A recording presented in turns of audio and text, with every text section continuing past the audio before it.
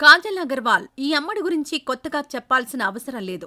తక్కువ టైంలోనే star heroine అయింది కాజల్. తన అందాలతో యువతకు నిద్ర లేకుండా చేసింది. స్టార్ హీరోస్తో నటించి మంచి గుర్తింపు తెచ్చుకుంది. ఇక కాజల్ అందాల గురించి ఎంత చెప్పినా తక్కువే. చందమామ అందం తగ్గేదేలే అంటూ నెటిజన్స్ కామెంట్స్ చేస్తున్నారు. పెళ్లయ్యాక కాజల్ ఫుల్ బిజీ అయిపోయింది.